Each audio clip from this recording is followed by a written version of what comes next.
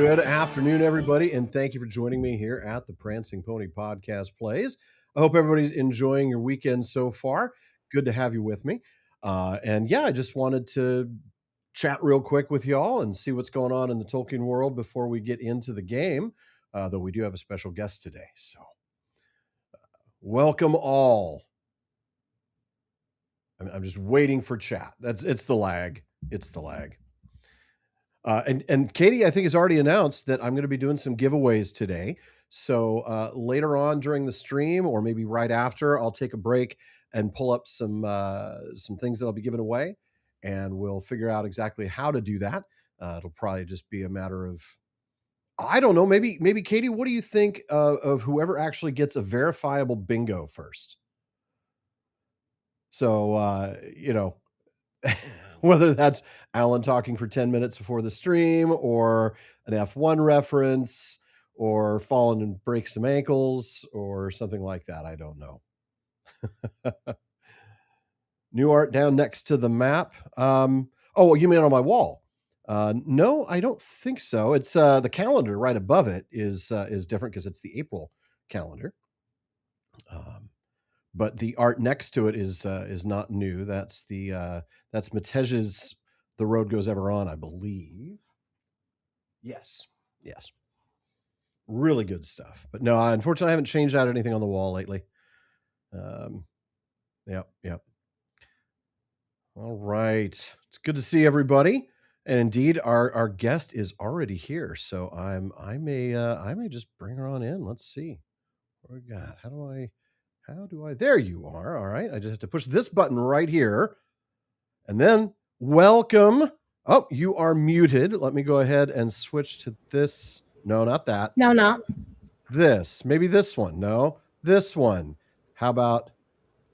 Oh, but then you're cut off. We don't want that. How do I think that's actually mine. Nah. Well, we'll make you bigger and me smaller. No. And then switch. Well, you're the guest. See, you're the special one. So we just everybody, please welcome Druid's Fire. She's been streaming Lotro longer than I've been podcasting, I'm pretty sure. And that's saying something. How long have you been doing this?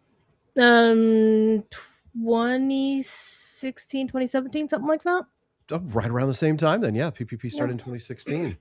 Excellent. You've been doing this for ages in terms of like getting out there and engaging with chat and talking through the game. What's that been like for you? Because I'm still kind of new to the whole streaming thing. I record everything and edit it, so this is all new. It is definitely very different getting the live reactions to things. It's always fun when you can do things like back when Cordovan was new as our community manager, and I used to ride shotgun on his show back in the day. Once upon a time ago, hey Cord, check out these really cool statues in Angmar. Yeah, probably. Because I knew he didn't know. Yeah. He did not know then. He knows now. And it was a little bit of fun, but so having that reaction is always fun. Sometimes you get the negative stuff, but if you got good moderators in your chat, or you're quick with the button yourself, you can take care of it pretty simply. Katie's pretty fire in that role. She's really good at nuking the bad guys real quick. We haven't gotten too many of them. Mostly it's just like a few spam comments on Twitch and stuff. I think, but for the most part, it's been good. But yeah, I'm super excited to do some streaming today. So I'm going to check chat real quick to see if there are any questions, and then we're going to switch to the game. We'll get tiny at that point. We'll be down in the corner, and we're going to stream something different today. So I know we talked on Tuesday that we're going to use that lore master that I just valored. I promise you I will. You'll get to see me use a lore master and completely fall on my face.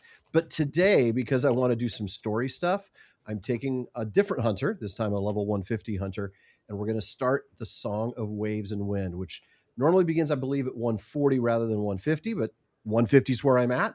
So it'll be nice and easy. I'll be shooting a lot of gray mobs, and but we're going to get some really great story elements, and you're going to get to see what you get when you get that far into the story, and the expansion packs and things. And of course, one of the things I'll be giving away today is a code for the quest pack for Corsairs of Umbar.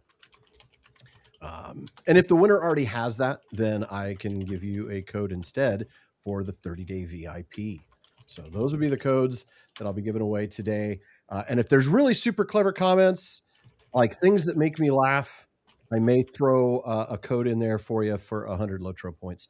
I have a few of those. So just keep that in mind. And we'll work with Katie to coordinate that, because obviously I'll have to email you the codes. So, all right. Oh, what is your Twitch handle? Because I just got that in chat, Martin. Oh, Druid's Fire. Oh, Katie's already pasted it because she is fire right there. She really is. Blue fire is best fire. That's my tagline. All right.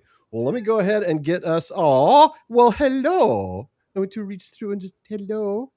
He's not going to scritch me like my orange dummy. No, she won't. She's adorable. She's a snuggler. We like a good cat on the stream. Mine, his permanent position is with his teeth lodged into my wrist. But he's an orange, so he's forgiven. That's what they do. All right. Let's switch this to picture-in-picture. Not quite like that. How do I get my other camera on? This is part of the fun stuff, right? All right. Streamer X. Add camera. Turn that screen on. And why am I not? Oh. And of course, I allowed my computer to fall asleep. I do the gaming on a different rig, and the streaming's on my Mac. Sometimes that's why. Sometimes that is very wise. All right, so let's put that up here. We're going to turn off the chat overlay. That just means folks on YouTube and Twitch, you'll be able to talk to each other, just not across those platforms. All right, let me go ahead and move this.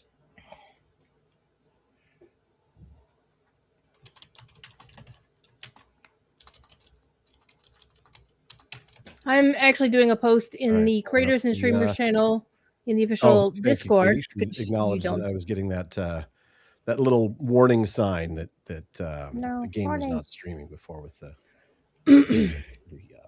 with my streaming rig. Let me see if I can shrink our little heads.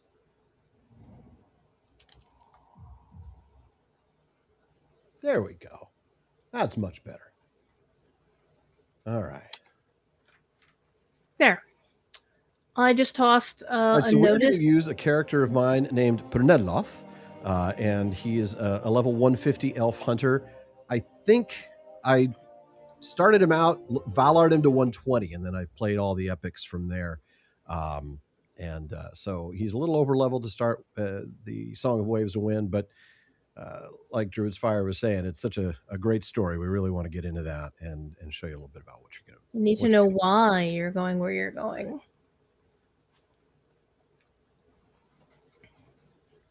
Oh, thank you for that. Just see that Drew, you just did a really cool post to your Twitch. Katie just sent it to me. So, all right. I did it to Discord, to the official Discord, so everybody can see. First of all, can everybody hear the game just fine? Everybody's good. Audio's good.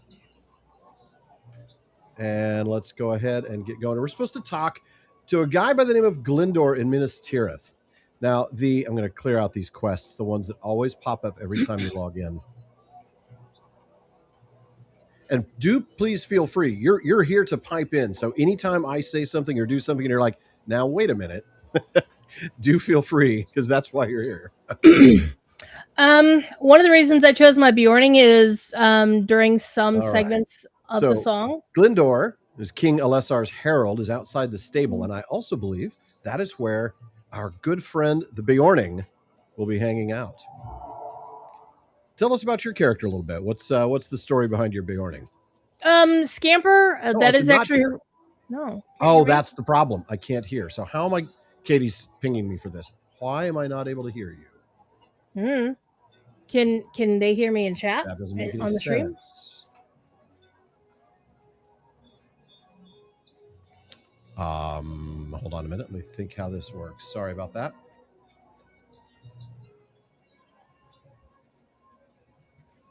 Now can you hear me?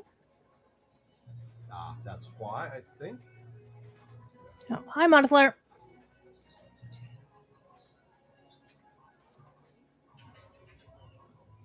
That's my input. Sorry about this, folks. We'll figure it out.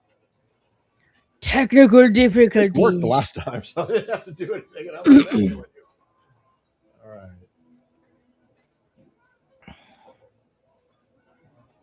So while Alan's talking, so I'll tell you about Scamper, my character. He won't be able to hear it. It's fine. She was originally All right, created. let me just try to figure out the chat again instead. I'll simplify things. I don't want to talk over the host. Okay. Now I can hear you. So that's Hey, hi. Hello. Why in the world would I not be able to hear you when I have the game up? This makes zero sense to me. Let me think that through. Are you running the game in admin mode? Yeah, but I'm running the game on a whole different machine. So what's happening is I'm sending video only out through my HDMI output. It goes to a streamer 4K capture deck that I use to merge the two video sources and send it out. And it doesn't even get audio. Like audio, I'm actually getting from the game through the mic picking up the audio from the speaker. It's a Mickey Mouse way of doing it, but it's the only way I can do it for now, at least, until I can figure out something else. So I shouldn't be losing you when I have another source. This is odd. Okay, let me try something else here. Could be that I've got too many things connected. Let me try. All right, if I've got, I know. I've got the wrong output because you're showing up in that's probably why. You're going out the speaker instead of to my streamer deck. All right, are you able to go ahead and test something for me now? Twas Brillig and the thingy majiggers and whatever's. I don't remember the Jabberwocky. Well, the good news is I now hear you. The problem was that you were piping out to the wrong output for me. And since I was not having that output on, well, that explains it. All right, folks. It does explain it.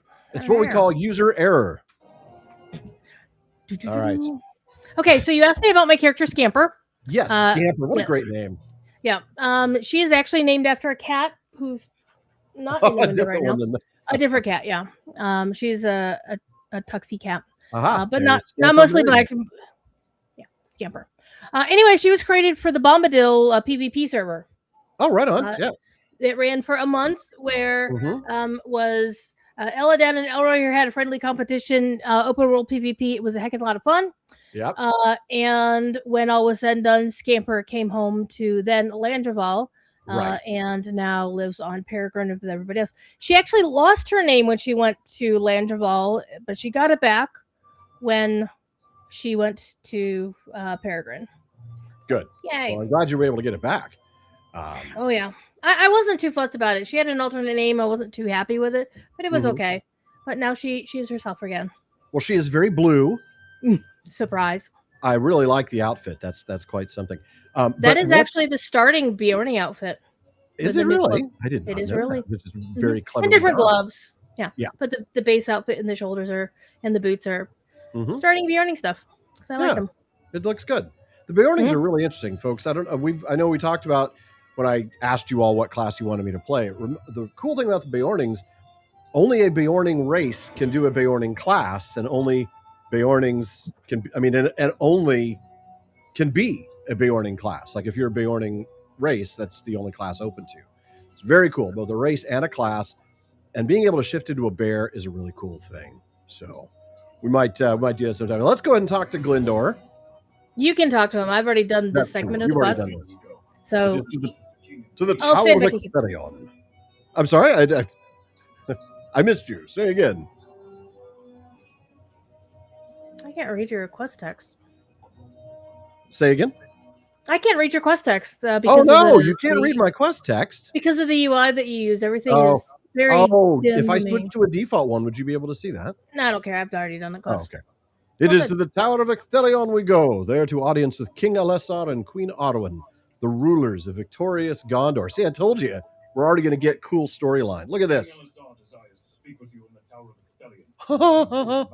Is this not one of the coolest places you've seen? It is. I love the polished floors. It is so good. Look how full of light this is. The flowers, the banners. It's gorgeous. It is truly gorgeous. This Midsummer Minas Tirith is something else, isn't it? And all the banners of all the different fiefdoms in Gondor. It's just fantastic. Glorious stuff. Let's talk to Glyndor. They will see you now. This way, please. We just have some paperwork for you to sign first. If you don't mind, the doctor will be a little bit late. They're about 30 minutes behind. Pernelloth, there you are. My friend. Pernelloth, my friend. I'm pleased to see you return. Aragorn himself is pleased to see me return. The UI is unreadable for you as well. Thank you, Katie. I'm going to go ahead and, well, shoot. I don't know that I can do that very easily. I think to disable the skin, I'd have to actually go out and do it. Log out, log back in. Yep. Yeah. Let me do that. I wouldn't worry about it too much. Okay. I mean, if you're reading it aloud, it's I'm reading it aloud. I read it. I'll always read it out loud. So that'll work for now. We accomplished much good in the fight against Mordor and the forces of Sauron, Pernelloth, and prevented the triumph of terrible evil. The War of the Ring, for so I have heard it called in the days since its ending, has left its mark upon us and upon our lands. Our victory came at great cost, and the losses suffered in its achievement still wound those of us who remain. Perhaps they always will. And yet, if I can ease the hurts of my kingdom, I would do it. Can I count upon you to help me with this aim? You assure Lessar that you are with him, and he smiles. I knew our minds would be alike in this. This, then, is my purpose. I wish to travel my kingdom, from town to town, speaking with the people. I wish to hear what it is they lack, and to provide it. I wish to know how the war has injured them, and do what I can to repair those injuries. I want my people to know that their king is with them, not a distant figure in the Tower of Ecthelion, like the guy who was here before. Sorry, that was my own addition, in case it wasn't obvious. But a man who knows them and will strive every day of his life to prove he is worthy of Gondor and a better father. I want to tour the kingdom and see what I can do to heal the hurts of the war. All right. But my queen worries for my safety on such a tour. Of course she does. Well, they are not my worries. Are you able to hear them speak, folks? Yes. I want to make sure I don't want to overdo their voice. I can hear them. Okay. Has expressed similar concerns. Then I don't want to read over them. Is this true? Talia, what says my warden of the laws? Putting his minions on blast. Seriously. On the spot, man.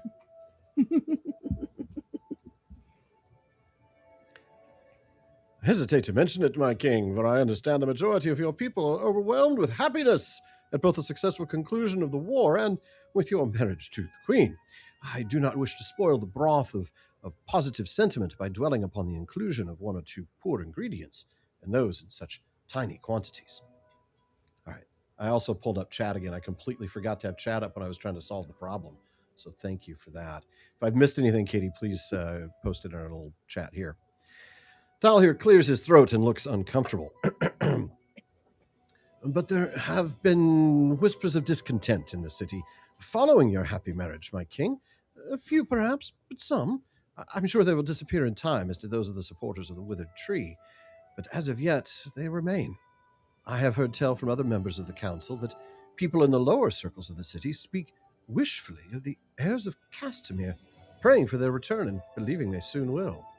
The what now? The heirs of Castamere? Surely they were all slain during the war. Aye, to be certain. We witnessed the death of their leader Balakor at Pelagia.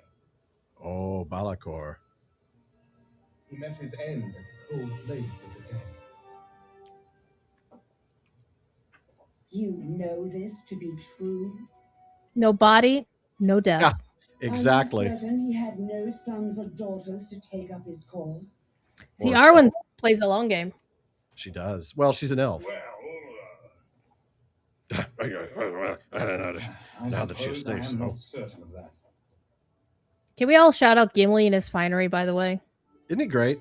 Yeah, I know. Isn't he awesome? He's all just, he combed it, he brushed his hair and everything. He's braided his beard. Well, that's how you know the dwarf likes you. All right. Arwen wants to say something to me. You sure you want to talk to me here? All right. My husband so greatly desires to speak with his people. I should move this out of the way so people can see it, to see her. And mend the pain of the hurts they suffered, that I fear he will give no thought to his own protection.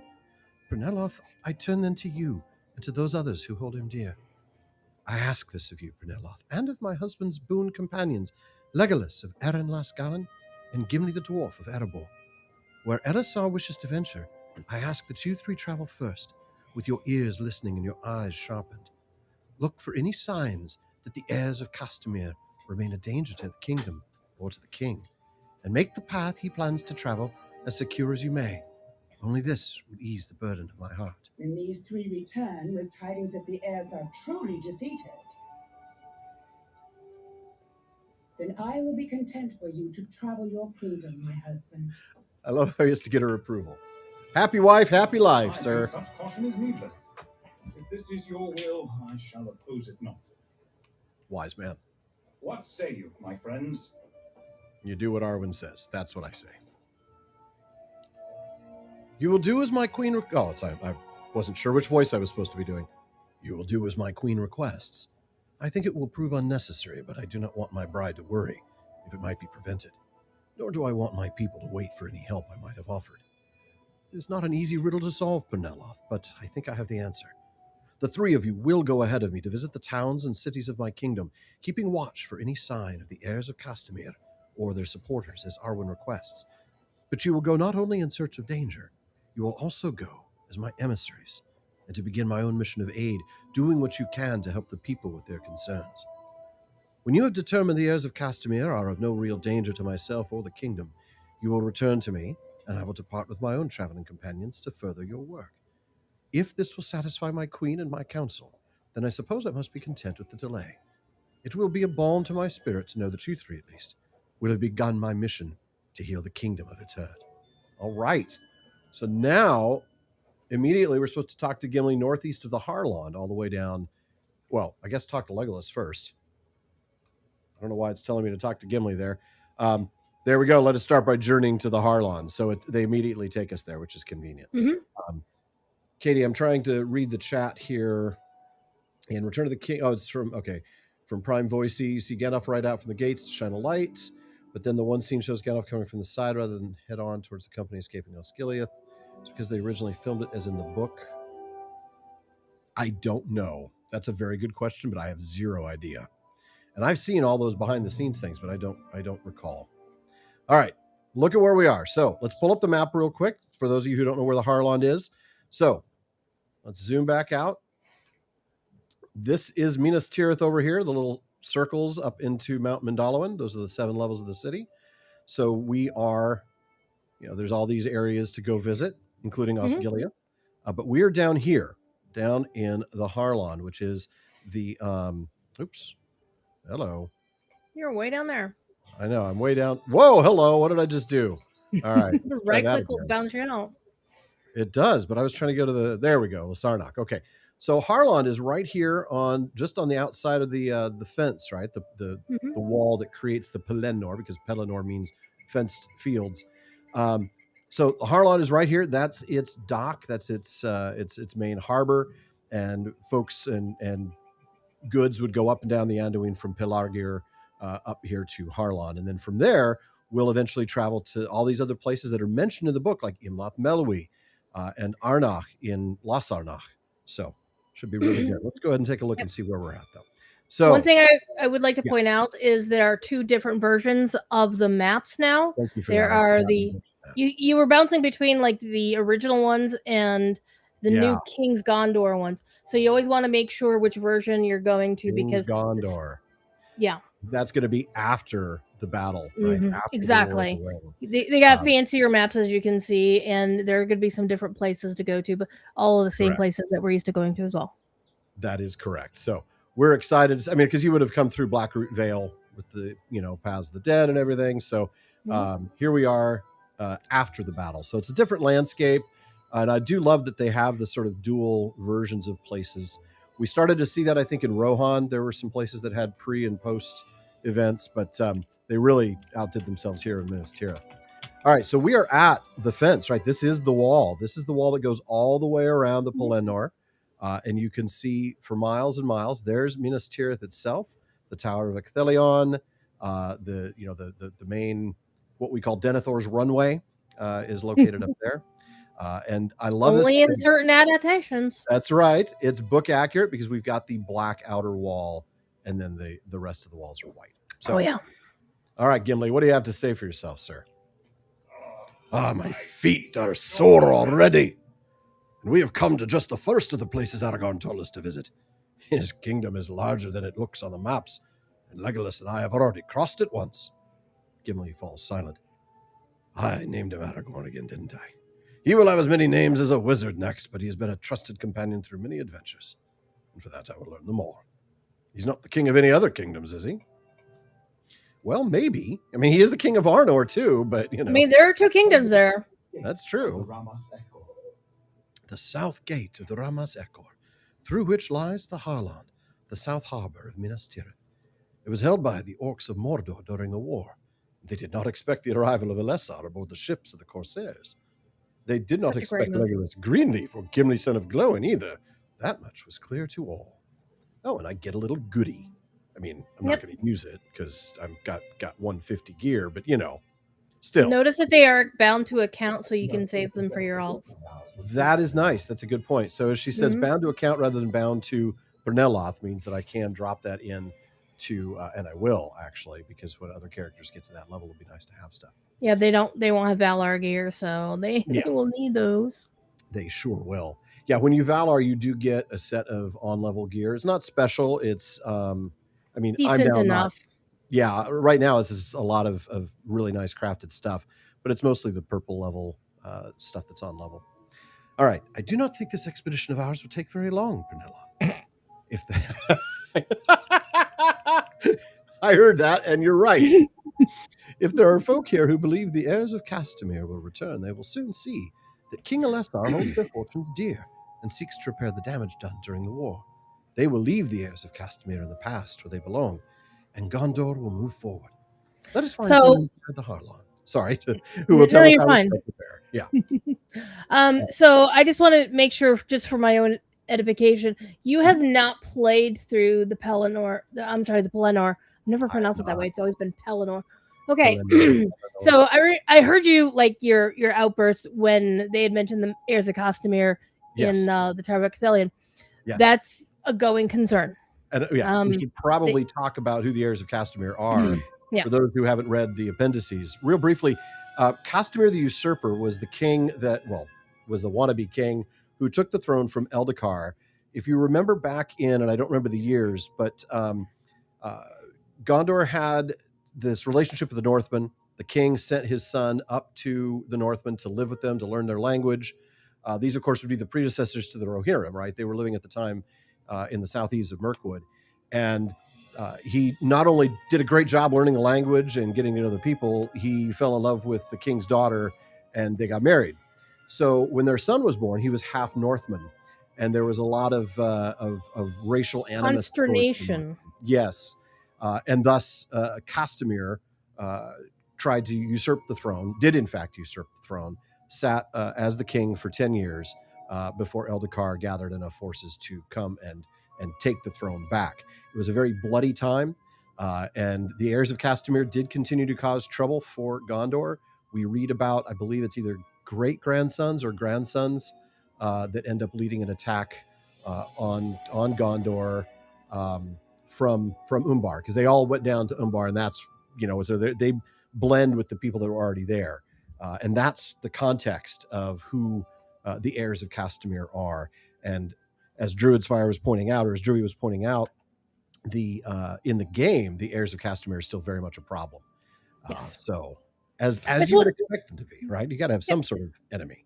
And we had mentioned, you and I, before the thing in our conversation setting this up, that the game plays a long game.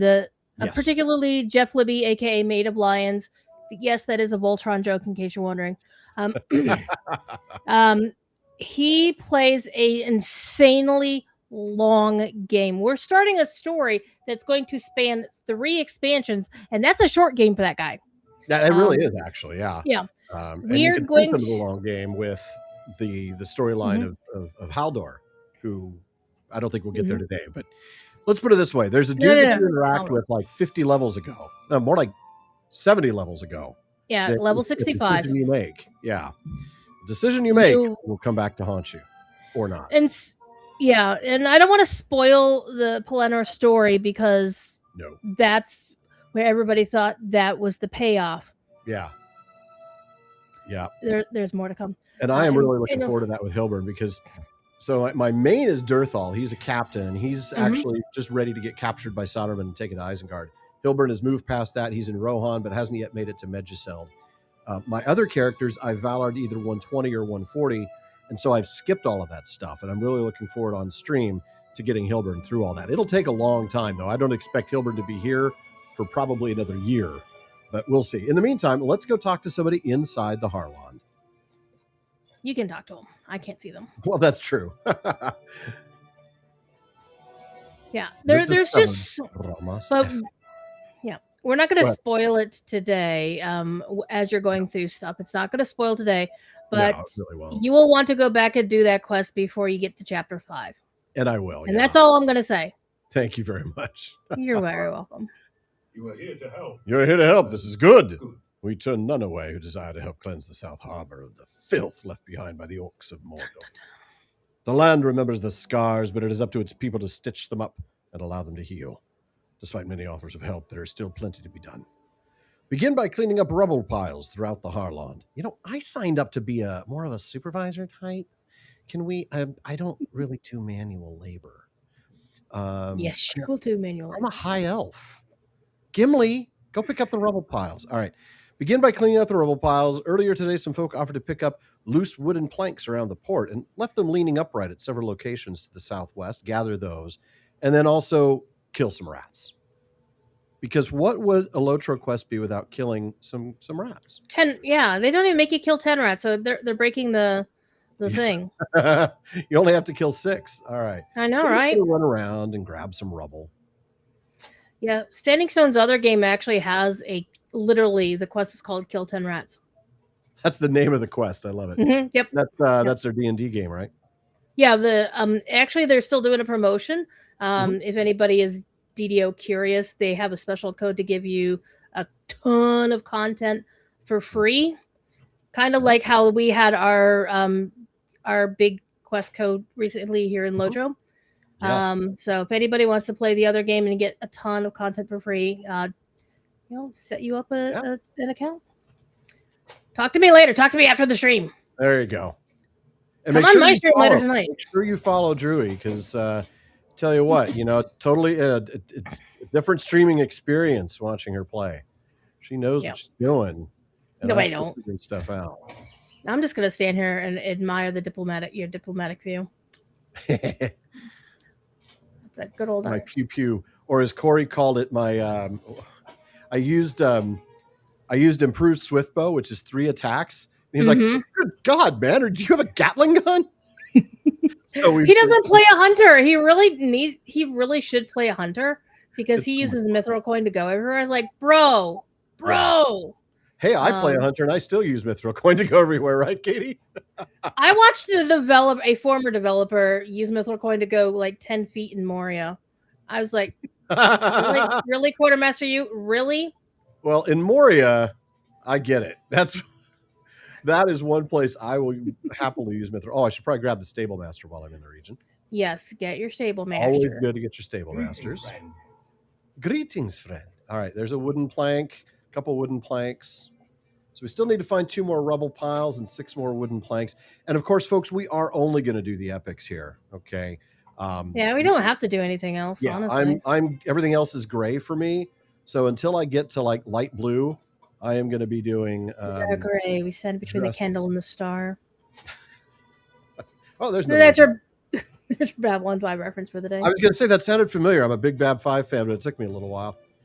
Thought I saw another plank. So you can plank in Lotro. Pop culture references because I got all of them. And the other half they'll get. Did you get your 6 rats already? I did get my 6 rats. I just have to find. All right, I'll just kill a few more. 2 more rubble piles and 2 more wooden planks. I'm not even going to turn one of into... each. Plank. You really just want to just stick to the epic entirely. You've got so much rested XP on your bar. You'll be fine. Exactly. And if you're running VIP, don't forget to use your perks. Always. That's because they'll tell you the first thing I do when I see I don't have any extra blue anymore is I go to my perks and I spend it to get accelerated XP. Yeah. But yeah, I mean, I've got so many perks. We're all done. Let's go talk. I'm not going to use Mithril even. I'm going to go actually talk to the guy. What? How dare you? Oh, I should show off. Well, it's not light time. I'll wait until daytime. I want to show folks the cosmetics because I don't think I've shown them this it's gonna run after you outfit that I'm wearing. It's particularly nice. Yeah, that is from the Before the Shadow expansion. Yeah, it's a really pretty set, and I love the horse. And when you get to the Rohan so you are in Rohan. So you remember the Prisoner of Isengard stuff, right? Yes, I do. I'm still traumatized by it. Yeah. I just did it for the first time on a character that did Before the Shadow as my starting experience. And there's a reference in there. I think there was. And there was a reference. Oh, Katie, sorry. I was coming out here because I was thinking about Katie. I mentioned your name because I was thinking you would know the reference, but I was going out to look for Legolas, and I don't know where Legolas went. Oh, he's over here, someplace.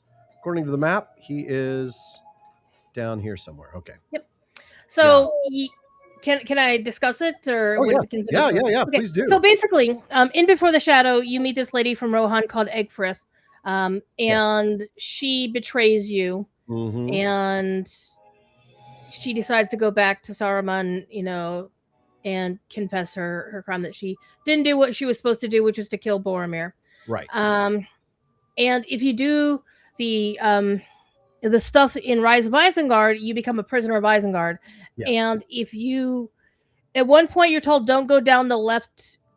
You're in the dungeons. They tell you don't go down the left-hand path. So she is actually down that left-hand path. You'll see her later when you go to get the keys from the Keymaster to break out at the end of that sequence.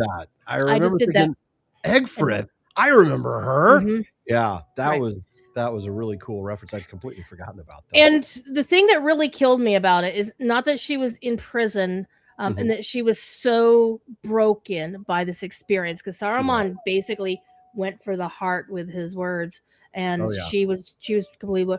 But when you go back down there as part of the normal sequence and go free the Dunlendings, she's sitting behind the Dunlending, right? I saw her behind the, and so everybody's free, and then you go with the pile of Dunlendings, and the Rohirrim dude is like, "Hey, we're gonna break out. We're gonna need you." She's not there. She stayed behind in that open jail cell. And then it struck me after I completed, it's like, oh, wait. Yeah. This is going to get flooded. Oh. So, Egfrith. Not to be a bit of a doubt, Egfrith probably drowned in Isengard when the Ents flooded the joint. Ooh. And that just hit me last. I'm like, what the heck, Maid of Lions? I hadn't thought about that when we encountered her, but you're right. She wasn't there when we got everybody out. That was an interesting thread. I specifically looked for her. I knew it was coming because Katie had said, just you wait till you get to Isengard. Just you wait till you get to Isengard for 2 years, right, Katie? You were like, Yeah, I knew she was there because, spoilers being what they are. But it didn't really hit me until I saw her staying. I was like, oh, she's there, whatever. But when she wasn't with the Dunlendings after, and she had to have stayed behind, and it just hit me like a ton of bricks. Like, what the heck? Katie, I waited for 2 years for you to finally listen to me. All caps, no less. All right, let's continue with Legolas here. How goes the work? Gimli and I have made ourselves useful. And by that, I mean I have made Gimli useful.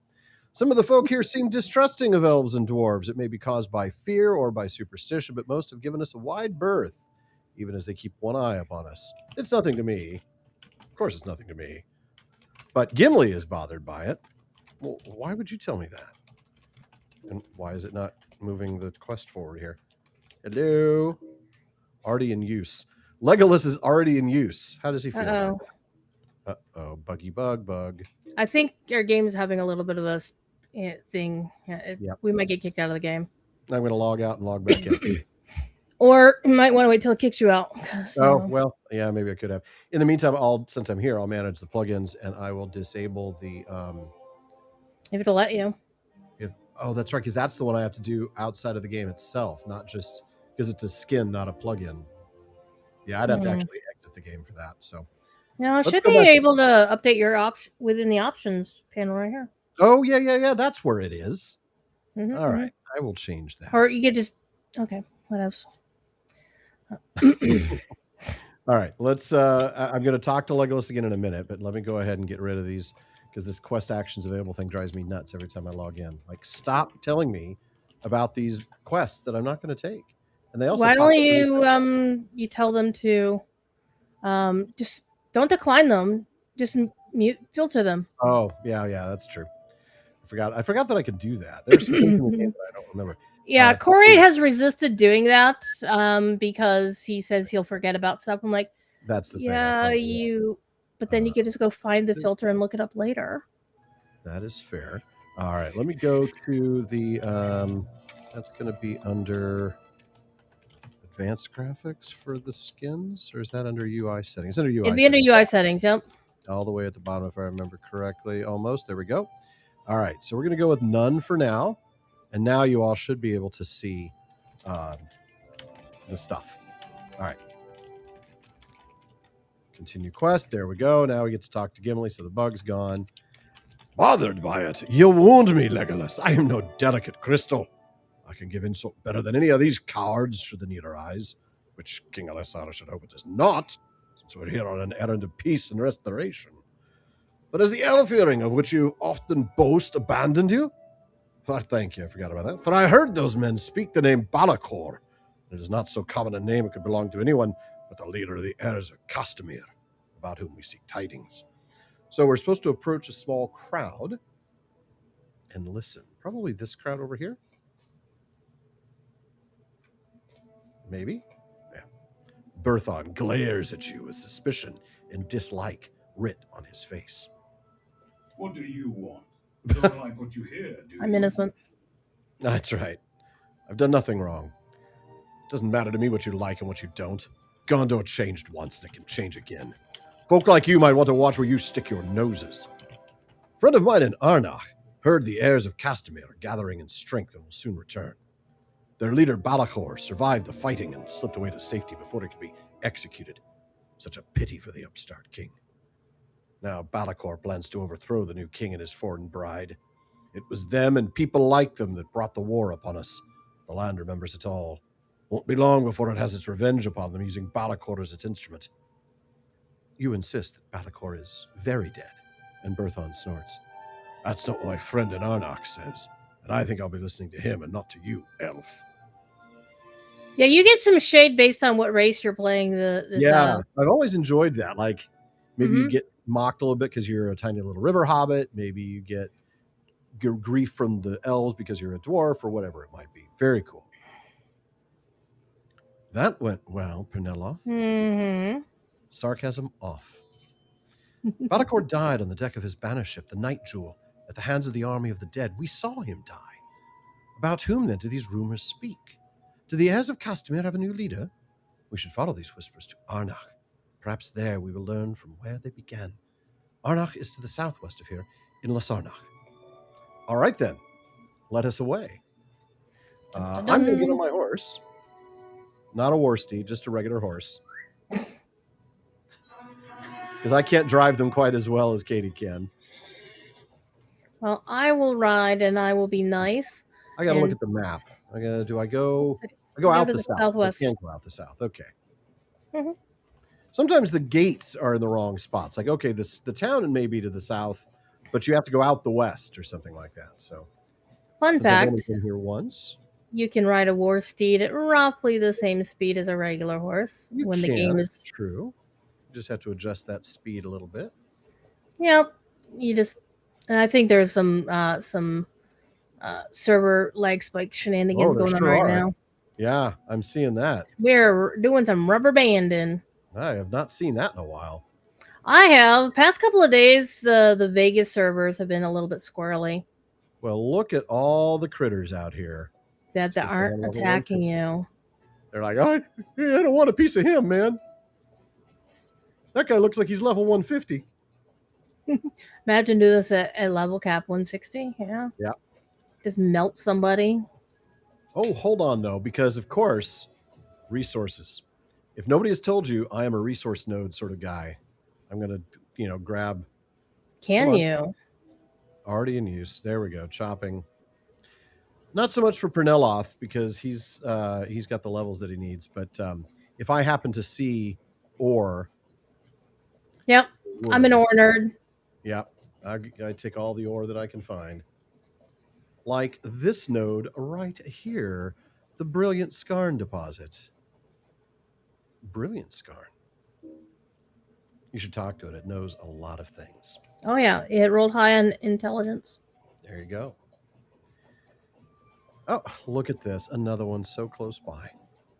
What should I do? No, Katie, please don't get me a node gathering shirt. Yes, something Katie, please get him a node gathering shirt in time for Miss Moot. Gathering ore? Is that what you want to say? I'd make a node craft joke, but that's actually a company name for a company that does private servers for other video games. Oh, I did not know that. Mm-hmm. Come on. Oh, give me the lag. You know what? Forget it. The lag is making that one a little too difficult to get because I couldn't get over the fence. That's all right. I don't need it that bad. Yes, you do. Yes, you do. I will need it. I've got Hilbern is working his way through Rittermark tier, but eventually he'll get to probably Nate if you're on multiple. If you're on a Vegas server. Yeah. Let me check the Discord. Boy, it is really bouncy. I do love. Yep. And let's see. It's affecting DDO as well. Of course. All right. That's a holiday weekend, so. Yep. Yeah. So just sit tight. It generally lasts for about 15 minutes, and then it'll settle down. Generally long enough for me to text somebody or tag somebody from Standing Sun, say, yo. Oh, wow. Yeah, they really rubber banded me there. I was like, wait a minute. I was standing in front of this path.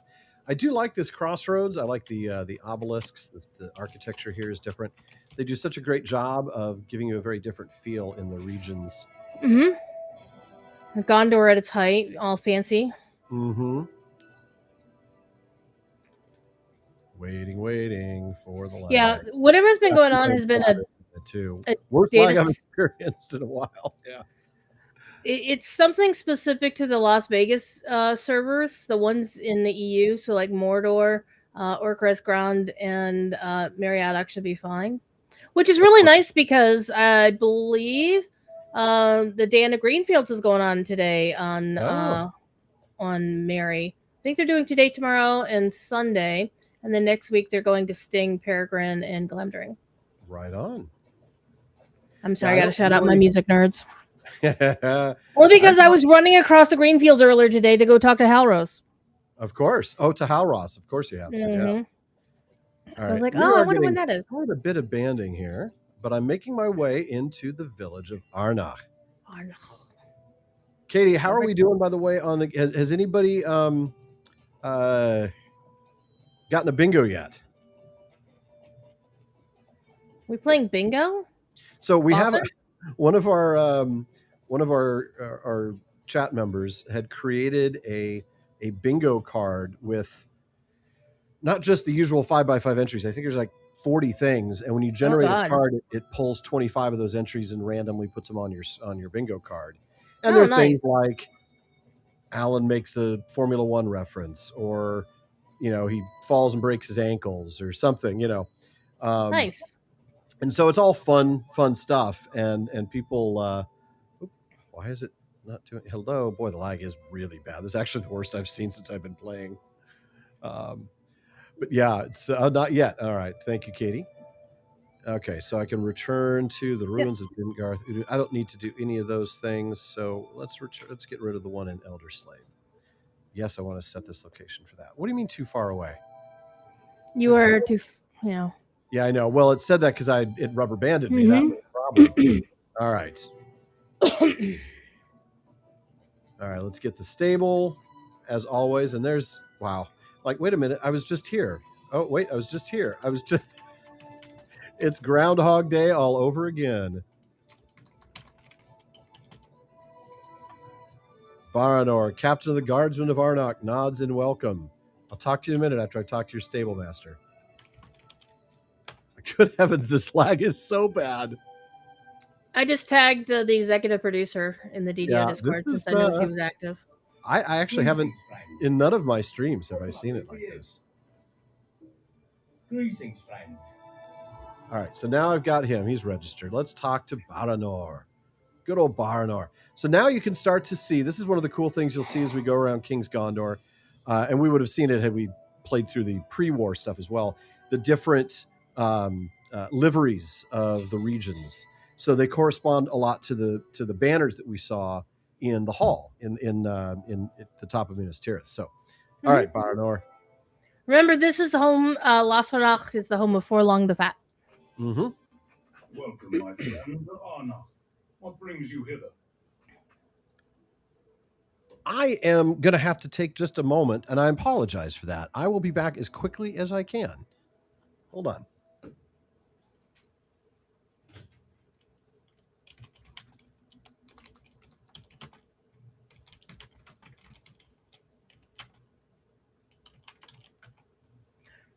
Meanwhile, chat, hit me up with your best questions that I don't know anything about. So, hi, Katie. How are you? The Dana Greenfields is a long-standing yearly springtime concert series where a whole bunch of people playing various bands go to the two stages in the Greenfields. Generally, they park themselves on the stage closer to the quarry, on the eastern side of the Greenfields, and they just perform. And people in the audience dance and do emotes, and throw down dwarf candles, and it's all kinds of fun. So compounds are between C1 and 3, C4 6. No, C4 is the best compound. I'm just saying.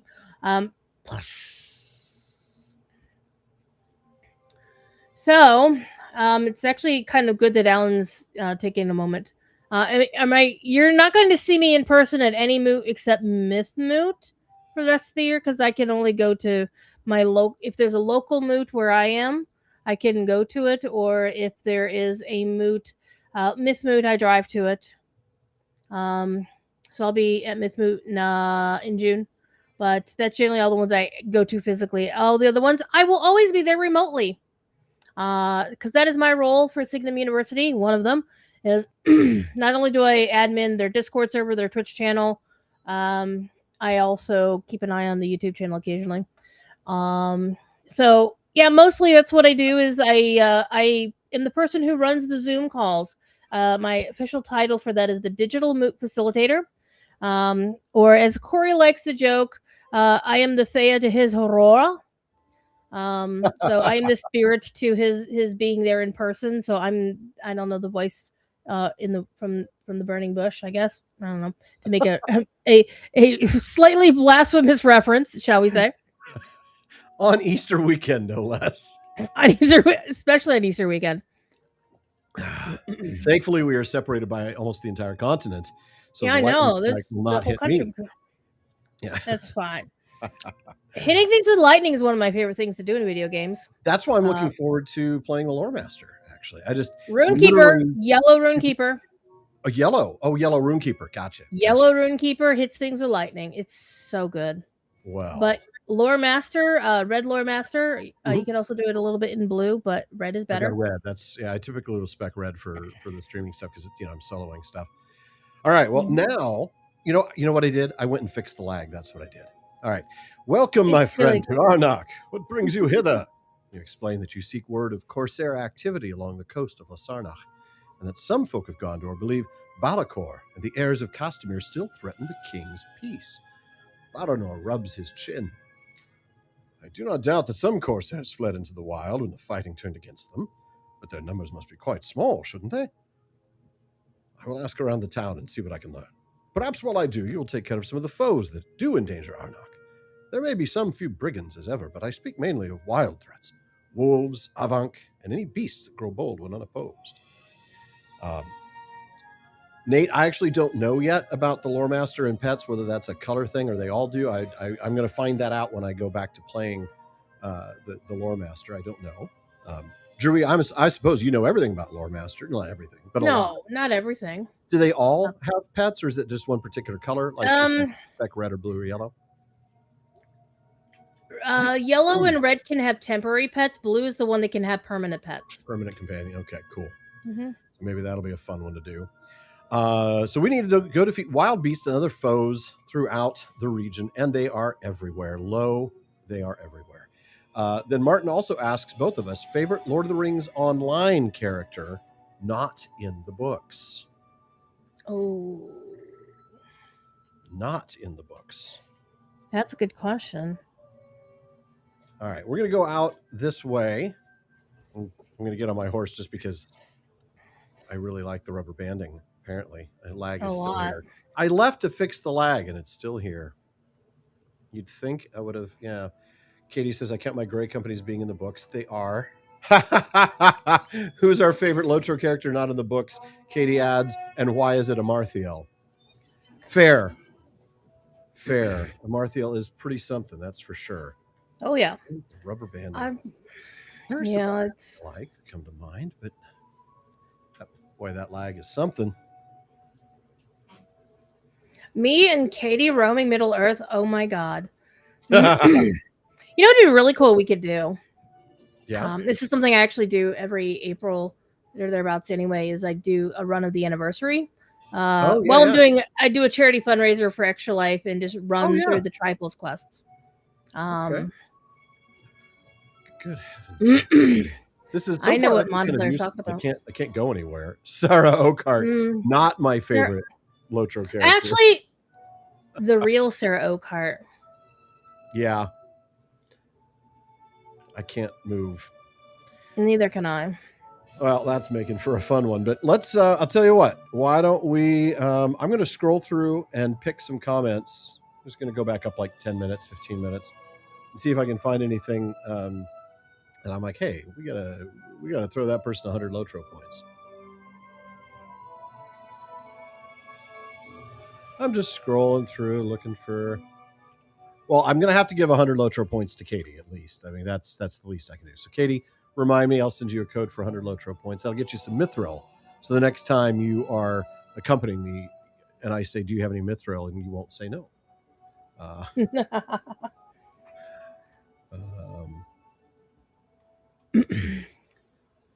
Take care of your mods. Always. It is definitely a privilege and an honor to do what I do for Signum, because I get to go to all the moots. I get to see all of the papers. I don't get to go there in person. I am very sad, but also highly amused that Kiwi moot is pretty much already sold out, and it took like 48 hours for all of the Kiwis, and the Aussies just really. Wow. Oh yeah, they went ham. I blame Dizzy. I love Dizzy. That's why I'm gently blaming her. But I can't afford to go. I would love to. It's going to be amazing. Yeah. But unfortunately, I'll be there for the actual in person, like the moot itself, rather than the 2 field trips. But I'm supremely jealous and envious. This is, while everything around me is blue, pretend it's green, because I would love to go get a banquet in Hobbiton. Yeah. Robinson. I'm. See, your character Pernellith is making me think of Dragon Riders of Pern, and my favorite character, Master Harper Robinson. Of course. All right, can you move? All right. No. Then I just bounce right. No. Gosh darn. Yep, I just bounced right back. Yep.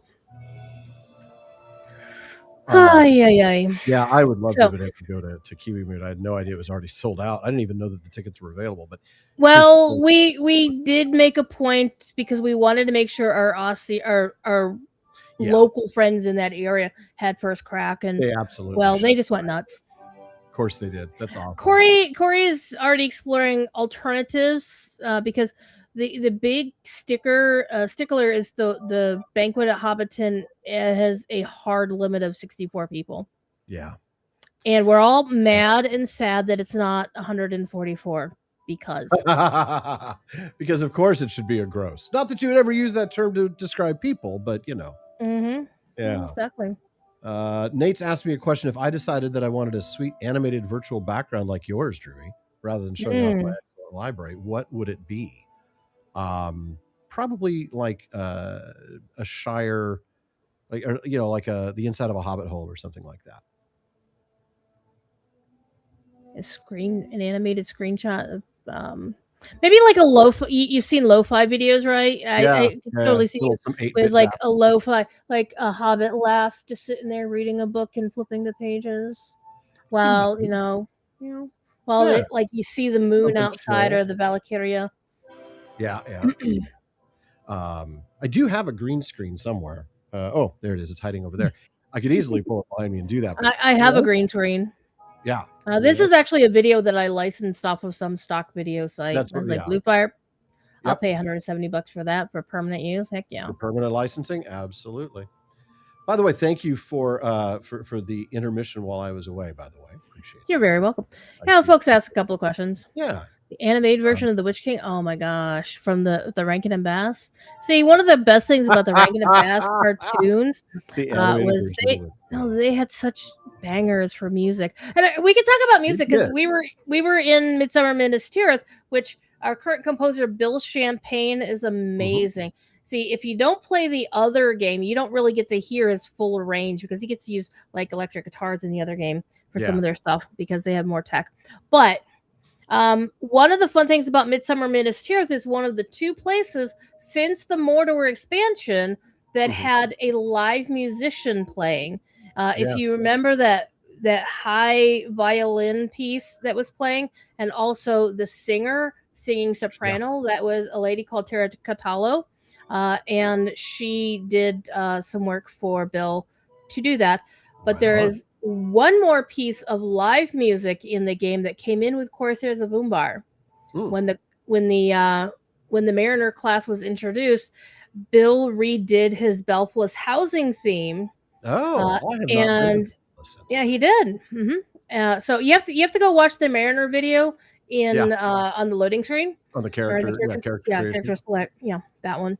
And the flute in that piece is Cordovan playing his flute. Oh, no way. Well, you know what? When we exit the game, which we might do a lot earlier than planned if the lag keeps going, we'll do that. Let's see. I'm moving, but we'll see if I stick in the moving. It appears that I am moving without lag. I'm moving normally as well. You're going the wrong way. Oh, well, I was just gonna go kill things. Oh, that's right. You have to go kill things. I was like, where am I going? Let's go kill 8 wild beasts and other foes. I was just going to the nearest area where there would be. Yeah, just go down the hill and kill things. It'll be fine. Exactly. It'll be fine. And being a hunter, it makes it really easy. I just, if I don't see anybody, I just use one of my skills. There's a little camp down below that you can kill a bunch of things in. That's what I figured. But I'm already seeing like stinging bees and wolves. Yeah, it always amuses me what Gondor considers to be a foe. Like when you're doing the anniversary, and there's the stuff that takes you down to the fields of Gondor, and it tells you in Old Anorian, it says, go kill foes of Gondor. And it's like sickle flies or sickle flies. I always have to go kill sickle flies. Not the heirs of Castamere, but bees. Bees are the enemies. I mean, I can't blame bees. I mean, I should hit bees with bees. Hold on. Don't kill them all. You should. Yeah, I'm going to let you do that. I didn't mean to kill that last one. No, but the irony of killing bees with bees is really good. Yes. Let's go find some more bees. I'll use my hunter skill to find them in just a moment here. Passage of Nature. See, this is a professional. So annoyingly aggressive. There's stinging bee, extremely distant. This way to a bee. All right, I see the arrow. That's the fun thing, is I you can. the arrow. I forgot Yeah. about that. No, you can do whatever. I'll go get the bees. Because Okay. it's lovely I'm funny. just trying to kill things. Yeah, we'll go get some bees. There were some avonks over here, and I'll kill a couple of avonks. But I gotta go kill bees. And I'm just gonna trot on my war steed, As you should. Okay. I found the bees. And they're close to a drop of fine clover honey. So Convenient. yeah. And now I'm already done, so I get to go talk to Arnok. All right. We visiting Yoreth's sisters, aren't they, in Lasarnak? They are, though I believe they are in Imloth Melowy, which we will, I think, get to. It's north of here, as you can see. I hit bees with bees, and I'm highly amused myself. Isn't that? That's good. Do bees will in fact attack each other during some circumstances? You used to work for a beekeeper? That I didn't know, which is actually surprising that I didn't know something about Montclair, because I've known Montclair for over 30 years. Wow. We went to college together. We are that old. We are True story. We are indeed that old. Yeah. Yeah, I hear that. Mm-hmm.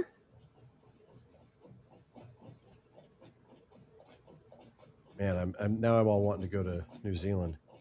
Mm-hmm. I want to go to New Zealand so I can go to Sam Neill's Two Paddocks winery and buy some of his Pinot Noir.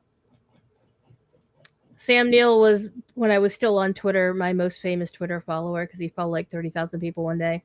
Wow. He was very nice. Yeah, he was very cool to chat with briefly. That was the guy in the Jurassic Park films? Yes. Yeah.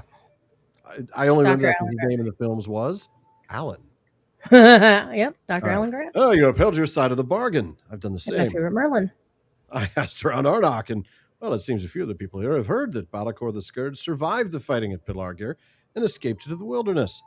Some folk believe they saw him personally, though from a distance. He supposedly made camp to the south of Arnok in view of the river. Suggest you begin your search there. All right. And it's all the way down by the water. All right. I would probably recommend, before we run away, is to go up to Imloth Melowy and pick up the stable master there, because we'll need it later. Okay. Well, you know what? It'll be very convenient. Here's the easy way. I'm going to cheat. I'm going to use a mithril. Oh God. Imloth Melowy, Swift. Uno mithril coino. I'm just going to gallop on my war steed because it's really literally up there. Because you're faster. Yeah. See, now I'm ghosting. I'm disappearing. Poof! I am here.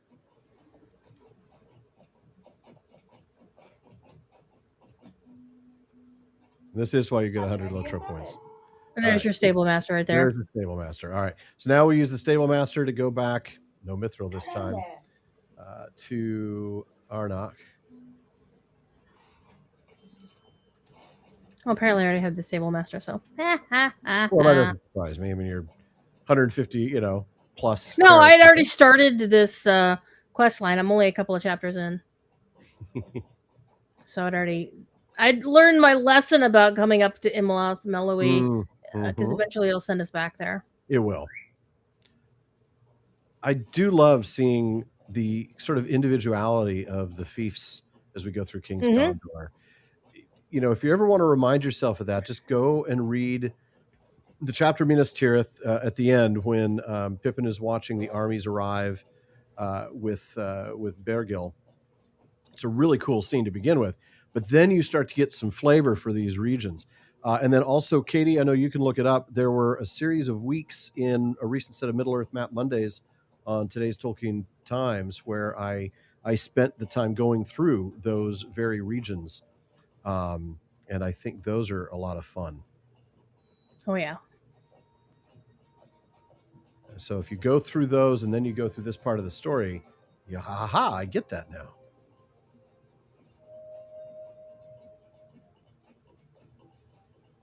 Huh.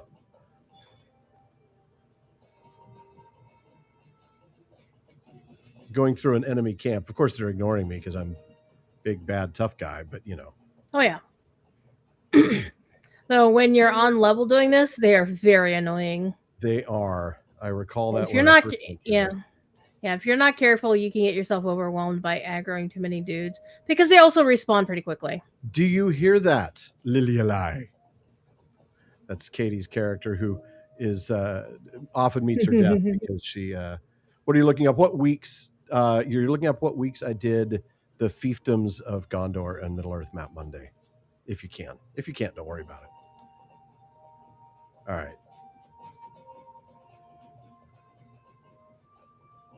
And one thing I really appreciate about the game is just how much they filled in all these gaps. Like, we just see these names on a map. We have a couple of pieces of information about their lords. We don't know about their ladies. Didn't have names for the most part.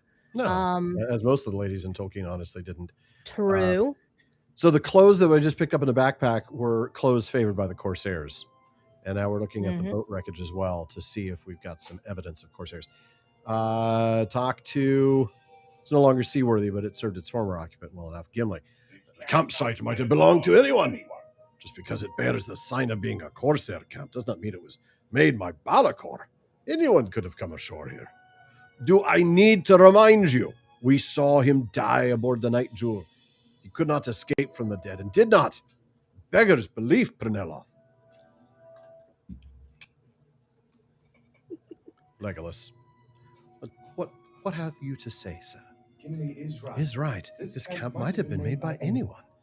Balakor did not leave the deck of the Night Jewel alive. But this too can be true, Penelope. It may not matter. All right. Are we visiting your sisters? Eventually, we hope. Horn asks, how long has it been since I've read The Lord of the Rings? He asks that of both of us.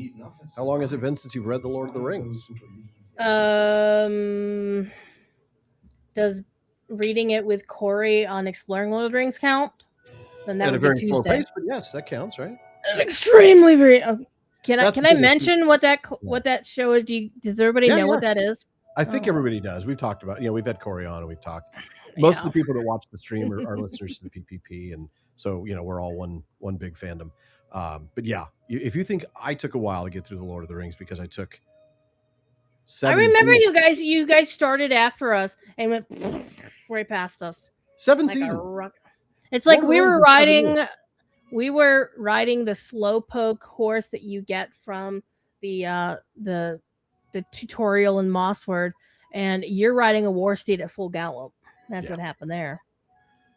So I see that we have a winner for bingo, but P51, I suspect the quest packs won't help you because you probably already have the content, and even the 30-day VIP may not help you. But let me know which of those would be most useful. I've got a code for the Corsairs of Umbar or the Legacy of Morgoth quest packs, either one, or a 30-day VIP. And congratulations on the victory. And if none of those work, I'll send you a couple of the codes for 100 Lotro points. So,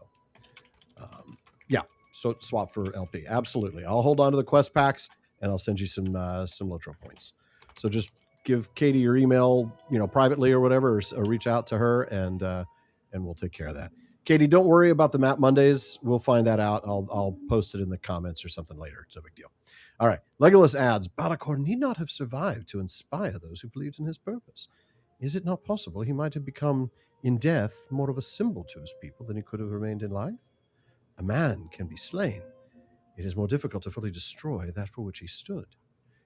What if someone has taken his place, Penelope? What if someone has adopted his name and appearance in an attempt to rally the heirs of Castamere? Sort of like Dread Pirate Roberts. We should tell Baranor of this possibility so he can keep watch and guard against it. I can see it now, Balakor.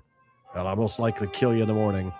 Yeah. All right. Frodo and Sam received their great praise in Cormallen the first Saturday during the first full moon of spring. That makes it the day before Easter. Very cool, Joe. I did not realize that. I like that. I mean, it's no coincidence that the new year in Gondor is March 25th. Yeah. I'm grabbing some Scarn and then I'll go talk to Baranor. Do you know how tempted I am to use Mithril to go talk to Baranor? Very. I don't know. I am a hunter. I'm used to doing this with Corey. This is old news. Just port. Yeah, he does that a lot. I don't actually ride with him too much anymore during his Grifflet streams. He doesn't really need my help. No. Unless we decide to take him through the Abyss of Mordath raid because he must have his lore pages. When you get to Mordor, you'll learn all about the fun of lore pages. Oh. And you will have to get them all because they are voiced. Well, there's a lot of those lore doc quests, right? There's There's ones in various parts of the world, and every one of them I've eventually ignored because I just don't. I can't be bothered to try to track down a million things. I get kind of annoyed by that, so I don't do them. But you get housing decos out of them. That's the thing. I'd miss out on the cool stuff. Yeah, and the Mordor ones require you to do the raid to get the bookshelf to put them in. Of course, you have to do the raid. And they are like Pokemon. You gotta get them all. They are like Pokemon. Yeah. One of these days, maybe after they open the Elven housing in Rivendell, we'll do a housing stream, folks. We'll with update in that case, 48. I'll definitely have Katie help me because she's very good about that. What's the date? We don't know the exact date, but it's going to be part of update 48 when that comes out. Update 48. I thought you said something like May 28th or something. I don't know what day it is. All I know is officially it's is slated for the second quarter, and it was in testing on Bull Roar this week. It was really nice. Cool. All right, Baranor, we found some signs of something. Was there any truth to the rumors? You recount to Baranor what you discovered and what Legolas had to say about the fallen leader of the heirs of Castamere. The guardsman nods grimly. Aye, an impostor could cause trouble for King Alessar and for Gondor just as easily as Balakor himself might have done. We will remain alert for any who appear, and I trust you will do the same as you continue south and westward for the crossings of Eroe. There are several small villages beyond the Eroe that may foster similar sentiments as those here in Arnok. Good fortune go with you. All right, we now travel to the crossings of Eroe, southwest of Arnok. Now, the Eroe is this river here, and it's going to be the section that separates, I'm trying to remember now, Lasarnok from Lebenin. Lebenin is the land of 5 rivers, and I don't remember them all west or east to west, but the easternmost that it shares is with the border with Lasarnok is Eroe.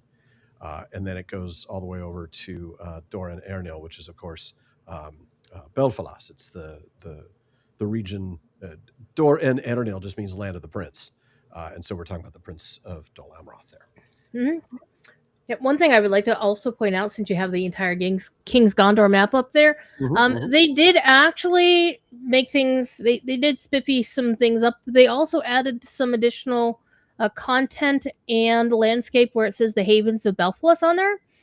So you can now climb up the mountains outside the housing instance. That is correct. Yeah, there's all sorts of cool stuff. There's like a little dwarven outpost up here with some really interesting storylines. There's all sorts of fun stuff. So in the meantime, though, we are going to go down to the crossings of Eroe. And now you have caught up to me. Oh, wow. Okay, then. So that means from here forward, you'll actually be able to, we'll be able to share. Yeah. For the next 10 or 15 minutes before the stream is over for the day. Yeah, but I'd be willing to run with you again as you're doing this stuff, because this is a really good quest line, and having somebody there with context will be very helpful. And I can also guide you. Once you get to chapter 5, you will want somebody to run with you. Don't forget the rich one down here. Yeah, definitely never forget the rich ones. People who watch the stream know when I see, it doesn't even matter if I'm over level. If it's a rich deposit, I'm stopping. Same, hard same. Like, I'm going to go past the black ash branches this time. Like, the wood's less important than the nodes or than the ore, because you can always get the hides, and the hides work the same for every tier. Oh, yeah. But see, when you get Brilliant Scarn like that, you gotta get Brilliant Scarn. See over Scarn. here what tier it is, right? So it's the chunks of Gundabad Scarn. So if I go to my Prospector tier, you can see that it's this tier right here. But I've already mastered that one and the Umbar tier above it. But I know that I have alts that will need it. So you never know when you're going to be needing it. I'm still waiting for Standing Stone to unleash a Horde of the Rings title for us. I want it so badly. That would be awesome. Here we go, the Eroe. And we should get a really cool moment here story-wise, if I remember correctly. Ah, yes. It was, Katie. Yeah. So Katie and I actually ran this together, just not even when I was streaming. It was more like a practice for the stream back with Halagrim. All right. Yeah, exactly. Glacial. These are the crossings of Eroe, where Castamere the usurper perished long ago. during the kin strife of Gondor, when his rebellion was at last ended, and the rule of the kingdom was restored. But kings and stewards rule from distant castles and towers, and our people need the blessing of nearer protectors. And so I and other good people of Lebanon float baskets on the river in memory of the 5 sisters who protected this land in days gone. Some folk believe they were only a myth, but it is not so. Now, this is where I should remind you, Lebanon just means land of the 5 rivers. Actually, it just means 5 rivers. That's all it means. Leban being 5, and Nin, like, the Nindalf or the other, it just means wet. It's the same root as Nen, like Nen Hithoil. Nin, so it's waters, right? So you've got the 5 waters. Katie reminds me to do a quick glance at the bridge up above me. Ooh, that's something. Look at that. It's a very nice bridge. That is a very nice bridge. I love this Elendil, I'm presuming. And the Ship Kings. Oh, yes, of course. So yeah, that would have been, there was a run of kings ending with so I think, who was the one that married the cat lady, Beruthiel?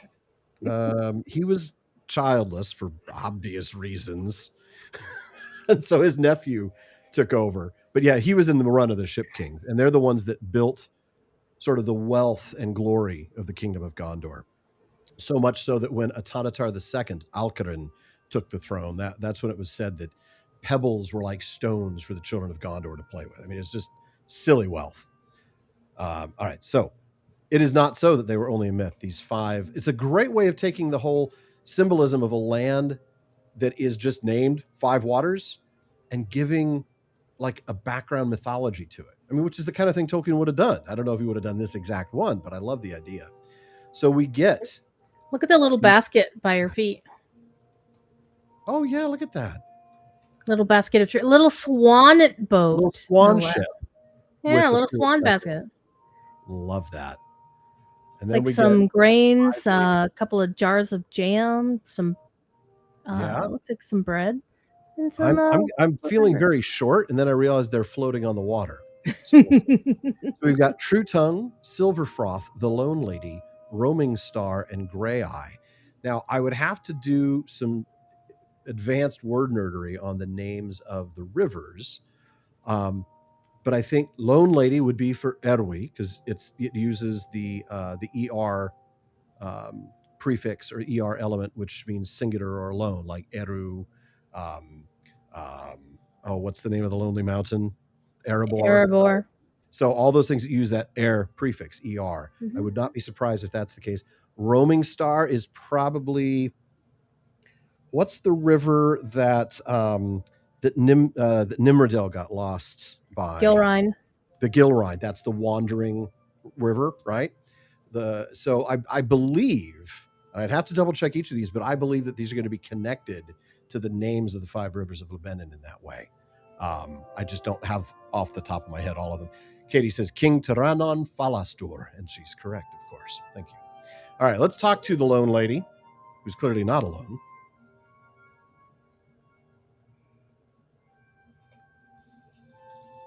River maidens they were, caring and understanding, but one was changed by an evil in the waters.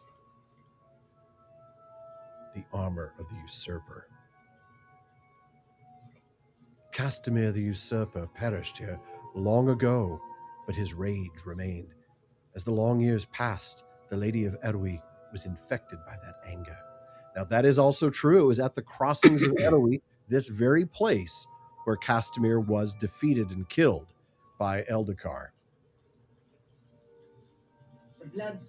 These waters during the kin strife of Gondor so changed the Lady of Erwi that she became estranged from her sisters and turned her anger upon the folk who dwelt nearby. Not long ago, she raised the armor of the usurper from these waters and did battle against her sisters. But at last they were able to soothe her rage, and she was healed of her hurts. So I float these baskets upon her waters as tokens of both forgiveness and love, and I hope that she takes notice of them. In the meantime, can we just admire this really cool armor? Oh, yeah. I'm trying to get the. There we go. Very rusty armor, of course. Really, yeah. And notice how the motifs on the armor are very Gondorian. Yeah, you still got the tree. You got the tree up here as well. You got the feathers. Mm-hmm. Some swan knight. Remember, he would have viewed himself as the pure-blooded Gondorian, right? Exactly. That was the whole point. We don't want Eldakar because he's a half-breed.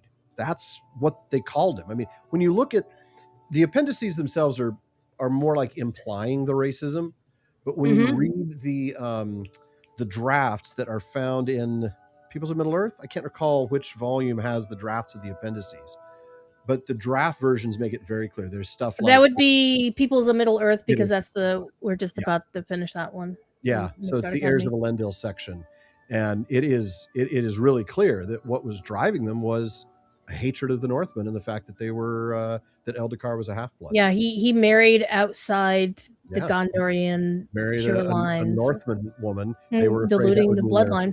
Short lifespan, kind of thing.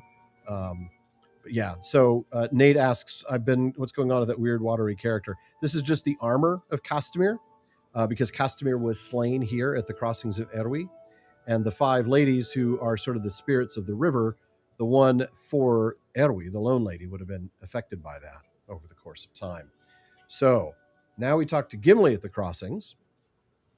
It is a good story So far as it goes. A little unbelievable, I think. Gimli stares at you with amazement when you tell him it is true, and you witness the end of the tale as you pass through Lebanon during the war. Really? I missed more than I thought when I agreed to take the ship from Pelargir with Legolas. What happened to the armor of the usurper after the river maidens calmed their sister of her anger? You say Angbor directed that the armor of the usurper be sent to Pelargir for safekeeping. That was a wise decision, for Castamir's armor has already proven unable to remain lost. Better to keep it under the watchful eye of Sirgon, Lord of Lebenin. But a thought occurs to me. If someone were trying to convince others that he was Castamir's successor, or pretending to be Balakor himself, he might make use of artifacts, such as armor or weapons, that once belonged to the usurper. We should make sure the armor came to Sirgon as Angbor intended. But Alessar also wanted us to help the people. Will you see Glaciel safely back to her home? Gimli and I will meet you at Glaniath when you return, and we will proceed together on to Pelargir. All right. What's up, Glaciel?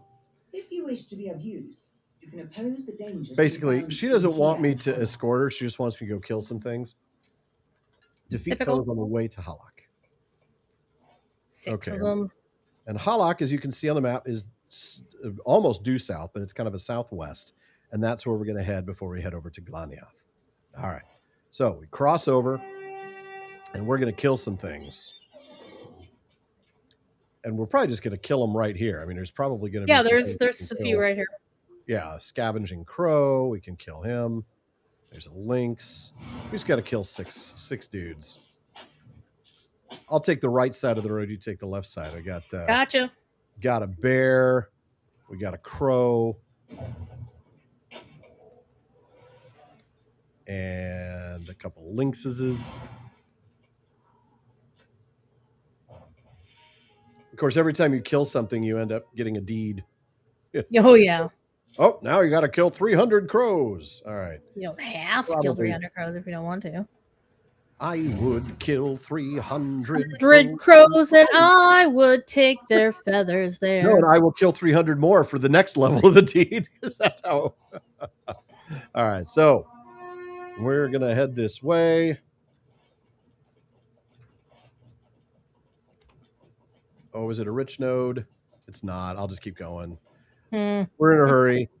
Katie's pointed out that the stream ends in 30, and we typically start wrapping it up with about 15 to go. So we'll get to as opposed to my Lojo stream where I decided I was going to complete the entire Prisoner of Isengard thing and ran like an hour. Oh yeah. Well, I normally do a 3-hour stream. Yeah. And so this one ran like 4 hours and 15 minutes. It was fine. There wasn't anybody on after me on Fridays, so that's fair. I might, I might do that at some point when I've got a little less work to do. Unfortunately, I've got. I feel that. Yeah, the the way I do my production for the shows means that there's a very heavy, like 5-week period, and then I get, like 3 or 4 weeks that are a little lighter, and then I go back to the heavy. It's all because of the production of the Daily Show. So it's, in those interim periods, I might do a longer stream, but let's see. All right. Yeah, maybe during hiatus. Like when we did, Katie, the what was the stream, that special one that I did? It was like Hello there. I don't even remember anymore what I did because my brain is like, oh, it's in the past. I don't need to remember it anymore. It's like a lumber room, my brain. All right. Oh, there's Glaciel. Hello, Glaciel. Yep, she got there ahead of us because we were stopping to kill things. The lands between the crossings and More safe? More safe? I thank you for it. I was not in any danger, for the blessings of the 5 sisters are upon me, and their influence extends into the lands washed by their rivers. Still, it is a welcome deed. King Alessar was good to send you to us. Ah, a sailor standing nearby, Breglang, calls for your attention. Mercy upon me for listening, stranger. But I understand you're here on the king's business. That is a joy to me and mine, for certain, but you might want to know that some of the folk hereabout aren't as true as my family. I've heard some talk that the heirs of Castamere never surrendered, but lie in wait, fostering their strength. Seems to me a good way to fight some of these rumors might be to show the king is nearer to us than distance would indicate. Maybe you're here to do just that. Even you bring in some fishing nets down by the piers and gather up a couple of crates of building materials around town, you might fill the king's sails with wind and leave the heirs of Castamere without. Do these tasks for me, and I'll share what else I know. That would be a help to the king. So we're going to retrieve 4 fishing nets and collect 2 building supply crates. Oh, yeah. And there's a crate already right there. So this is just another... basically, these quests give you a chance to explore each of the towns. And if you're doing it on level, you're going to see other quests to pick up as well. All right. The fishing nets will be down by the water, I imagine. Mm-hmm. They did fix one of the NPCs down there who was very upset with his fishing exploits. And he would go around snapping his fishing rod, and eventually, he had anger management issues. I'm just saying. So he's gone to counseling, and they've taken care of him. Yeah, they fixed him. All right. Couple of fishing. But one thing I'm reminded of with the heirs of Castamere, the fact that you were surprised to hear their name. So let me ask you this: have you done the wedding stuff in Midsummer Minas Tirith? I have not. That would be why I was surprised. For me to do. Yeah, I can't wait to do it. You should do it. It's so good. Such amazing music in Midsummer Minas Tirith too. Again, thanks to Bill Champagne, the composer. I had forgotten, but the water is not a place you want to hang out. Look what happens to my morale. Oh yeah, in the water. The Anduin is not very nice to you. It's an unpleasant river.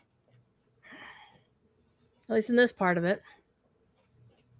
I'm trying to catch all the chat here, but there's fun fact, Katie. I was the very first person who ever interviewed Bill once he became the game's composer. Oh, right on. True story. I did that for when I was working for MMORPG at the time. Very cool. I have for somebody who you got the fish. No, you're fine. Oh, that guy's cranky down there. The one at the end of the pier. Yeah. He's still a little bit cranky, and then he sits down and starts fishing again. It's that guy. Everybody's like, this guy just needs some help. He might not want to be so cranky. Maybe he needs another job. I think he might. Fishy. Here comes the fishy. Can I tell Bill he's the greatest, and this Beyond the Shadow theme is so inspired by Joe Sashi makes you very happy? Well, I don't talk to him that much, but you can always just tweet at him or post on Blue Sky. Bill Champ Music, I believe, is his handle there. He's good people. That's cool. Mm-hmm. We like good people, and it's not a surprise. Good people in the Tolkien community. I'm shocked. And he's really, I've been following his career ever since. Chance Thomas has retired. Has actually sold his company. Well, he didn't sell his company again. He basically just shut it down permanently this time around. And he did like a clearinghouse, like, hey, I'm gonna sell my stuff. And I actually picked up a copy of the Lojo 10th anniversary CD, physical media, and also the Riders of Rohan one, which has always been hard to find. That has been hard And to find. I picked up a second copy and had him sign both CDs and gave them to the devs at the PAX East meetup last week. Oh, that is awesome. Yeah, because I wanted them to have physical copies of those CDs to stuff in those their early scores office. are. I mean, Chance Thomas's stuff was just gorgeous. Chance I is mean, a I really have zero nice dude complaints about too. any of it, right? I mean, it's like Mhm. everything from the very beginning and the earliest themes that you encounter in the game to the stuff that Bill has done is just absolutely breathless. So this guy, I thank you for doing the tasks I set before me. Don't be cross with me. I put the time you spared me to good use. My loyalty is to the king, but some of the men I work beside are not as true to Gondor as I am. You know, methinks you protest too much. I'm a little worried about you, but all right. I've learned from their speech the heirs of Castamere have taken to lighting the beacons of Gondor when they find them unguarded as a sign to their supporters. I don't know if it's true, but that's what I heard. Look for lit beacons, and there will be serpents nearby, snakes who endanger the king and his kingdom. At least that's what I was told. Go from Halak with my thanks and with the warning that I give you. And we are now supposed to go to Glaniath. And I think that's where we'll go. And then that's where we're going to grab a milestone and exit the game so we can start wrapping up the stream with just some closing chat. Yeah. All right. So we just follow. Is it this? This is the road. Yeah, we just follow this road up to the other road. All right. Thank you, by the way, for hanging out and shooting things with me, or sending bees after bees. It was really fun. Oh yeah. I'm actually happy because this particular character, that one of the reasons why I wanted to use Bjorning to run through this is later on in this overarching story, you're going to get special quest text if you are a Bjorning.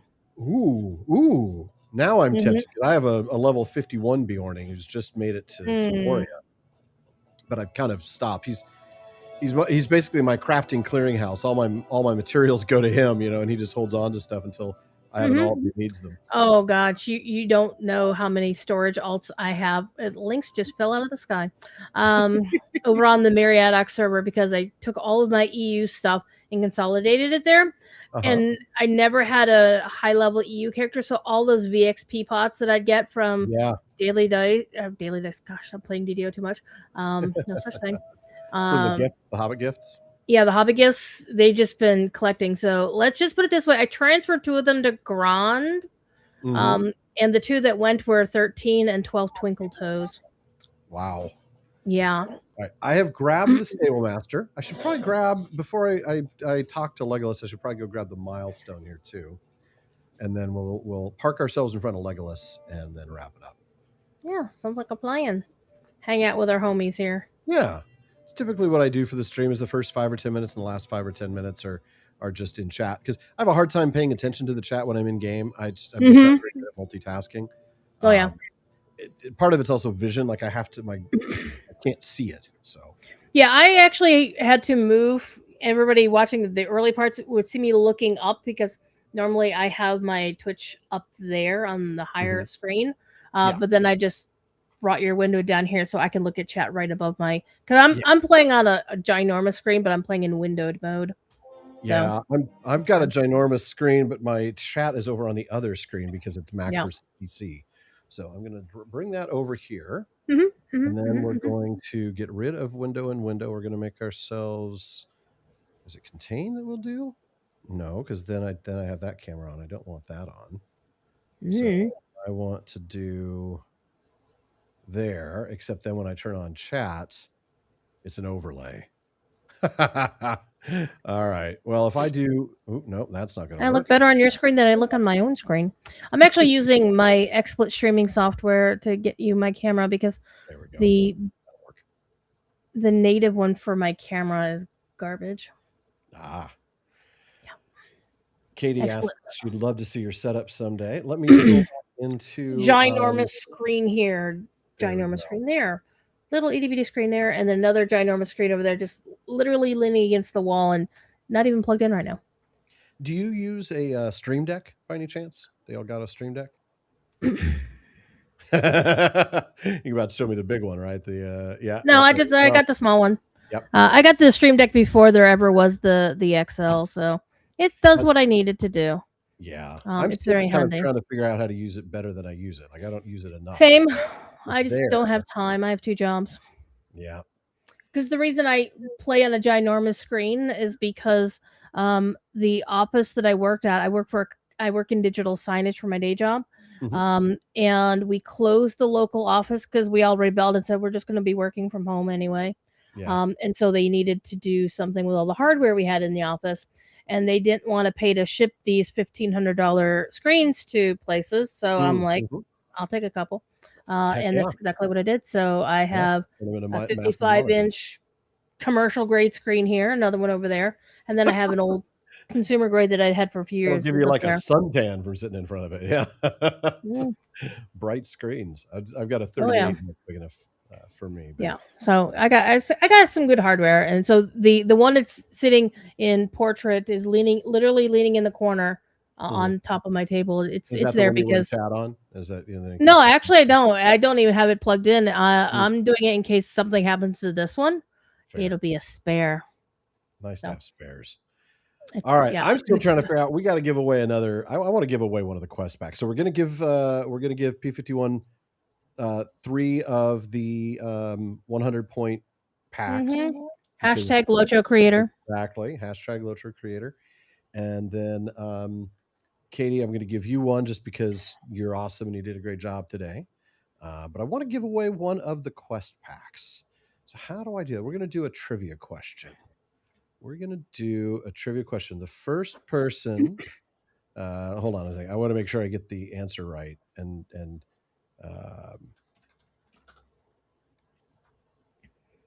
while you're doing that, I'm going to answer Katie's question. What is not in Locho currently that I want to see most right now? Multiple answers are allowed. The one thing, there's a couple things I want to say. Numero uno is the Sea of Rune and the lands around Rune and Dorwinion. Are we going to get it? I fully expect we will. Someday. See, here's the thing: is I have the trust that they're going to go there, but what we don't know is where they're going next. We do know they're going north after in Update 49 with the next expansion. Update 48 is just going to add the finale to the secondary story of Kingdom of Harad. We do know this was in the letter to the players that Orion posted. Orion is good people. That we are going north next for our next expansion. But where that will be, not a clue. You can pull up your in-game map and look to the places we haven't been to yet. Are we going to get someplace that we've been before? Like King's Gondor is a retread of the OG Gondor. So I don't think they're going to do that again so soon. So I think when they say north, if they're going to go in with a bang, with a splash, pun intended, I don't think they would go to like the Sea of Nirn in Mordor because that's still south. Yeah. If they're saying north, capital N, they're going to, I think, Rune. They could do something in Mid-Ariath, but I don't see why they would put an expansion there. What about the Eves of Mirkwood and the that's also possible. Mirkwood, where like from the battle plane up to there, where you could even have like to to like the Battle of the Wayne Riders and stuff like that. You could have how like with some of these things you've gone back to the Second Age, like it's been a while since they've done. I think the last Tales of Yore they did was the Battle of Azanobazar, which was oh my god, that was so good. Yeah, we made Corey do that, and he's like, oh. I mean, can you imagine doing one of the battles there with the Wayne Riders and the or the Balchoth, and you get to play with the Northmen, the Eotheod. Right, the battle that would be north. That would be phenomenal. But yeah, I mean, it could be anything going north from there. I don't know if the player base would be cool with another Tales. I mean, us nerds are always cool with Tales of Yore. Crowd. That's true. Yeah, we ate well during the first half of Minas Morgul. We ate so well with that story. Oh my god, it was so good. And especially how it tied in with the history of the MMO, like the whole story of how did Mordor become, like the whole story of how Mordor became. I'm like, what the heck, Maid of Lions? This is so good. And of yeah, course, we don't want to discount the deep lore nerdery and scholarship, actual hardcore scholarship, like proper scholarship from Chris Pearson, who is too cool for a dev name. And he has presented, I believe, at Oxenmoot before. He has presented. I know he's presented at Mythmoot. He's presented like, and so people are like, "Oh, he just does stuff for a video game." I was like, "No. You don't understand. I've seen that man's desk in the old office. It's amazing. And I like to mess with the other game. We call Dungeons and Dragons Online the other game. A lot of people in that community don't know that he's actually a published Dragonlance author as well. And they're like, wait, what? This Dragonlance author has been working for Standing Stone for 30 years? Yep. Pretty cool. Well, not technically Standing Stone. So here's our question, by the way, for the giveaway. The first person to type the name of all 5 Rivers of Lebanon wins a quest pack of your choice. Legacy of Morgoth, the Corsairs of Umbar. Good luck, everybody. And I'll tell you a little fun fact. When we do OG Gondor and go through those. Sorry about that. It doesn't have to be in any alphabetical order or geographic order, just all 5. You got to be right. Sorry about that. Go ahead. No, you're fine. There was a developer who did that storyline for the game, working under the leadership of Maid of Lions. He went by the name of the Pinion.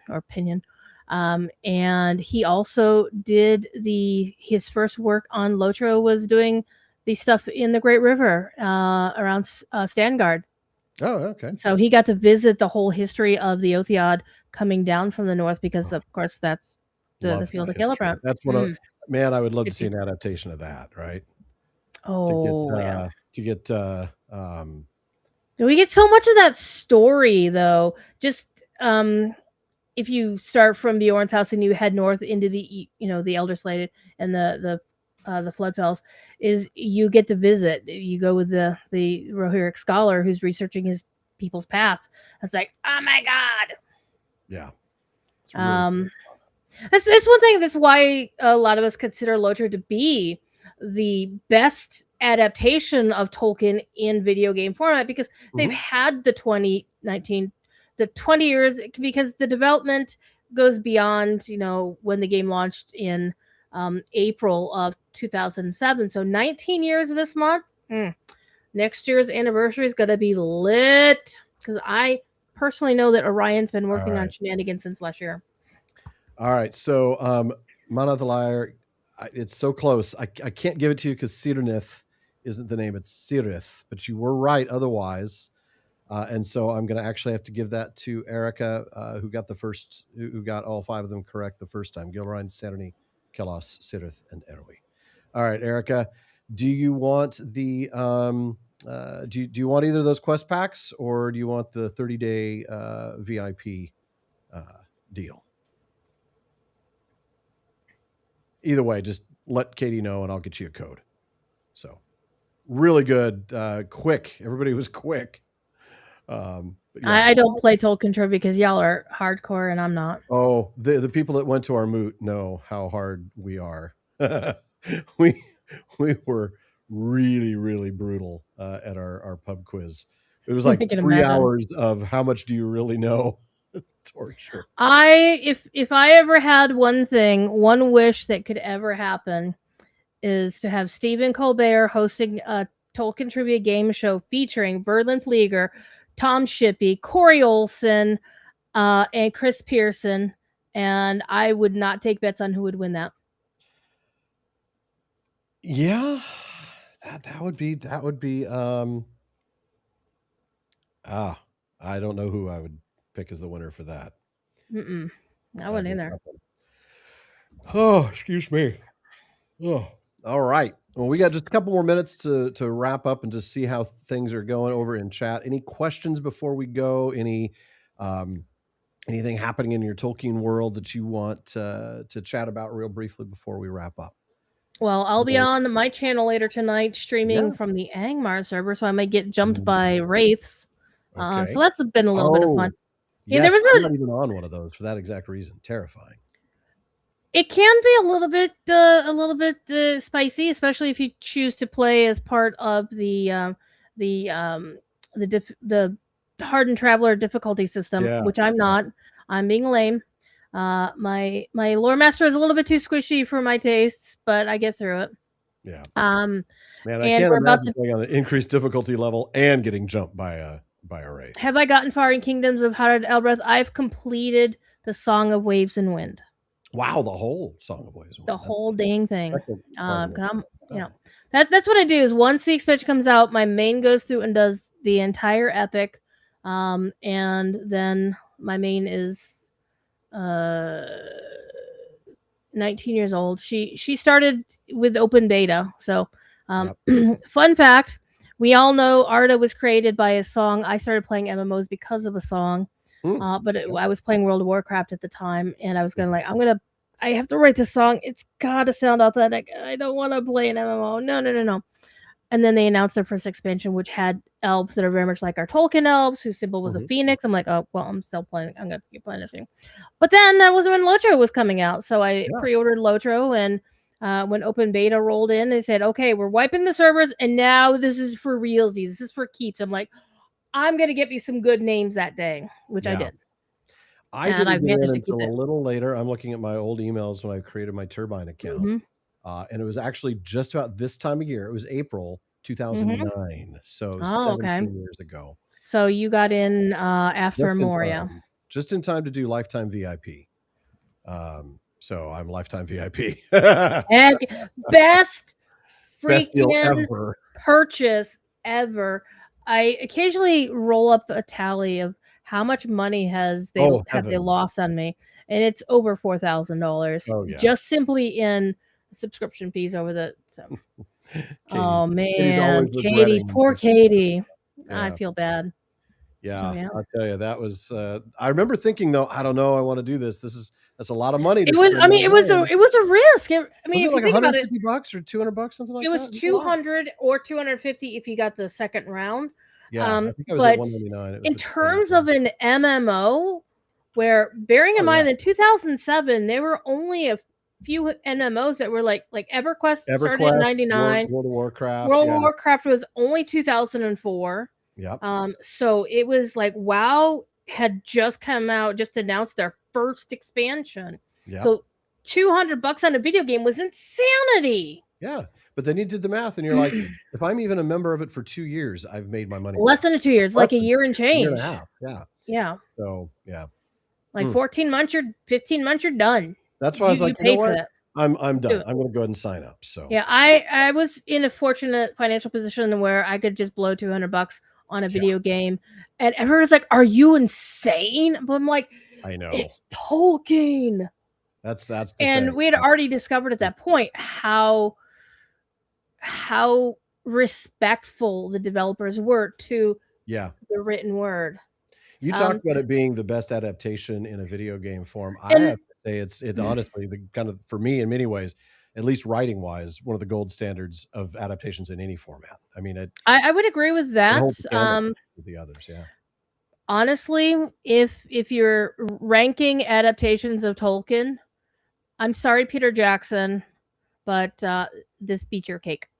And the only one I love the Peter Jackson movies would be the BBC Radio adaptation. Oh yeah. This and the BBC Radio adaptation are the two gold standards, and then you get the Jackson Lord of the Rings. Yeah, I mean, I'm not sure where the Jackson Hobbit slips in, because it might be below the Rankin and Bass Lord of the Rings. It might be, or the Jackson Hobbit movies annoy me very much because they went way too far into Hollywood.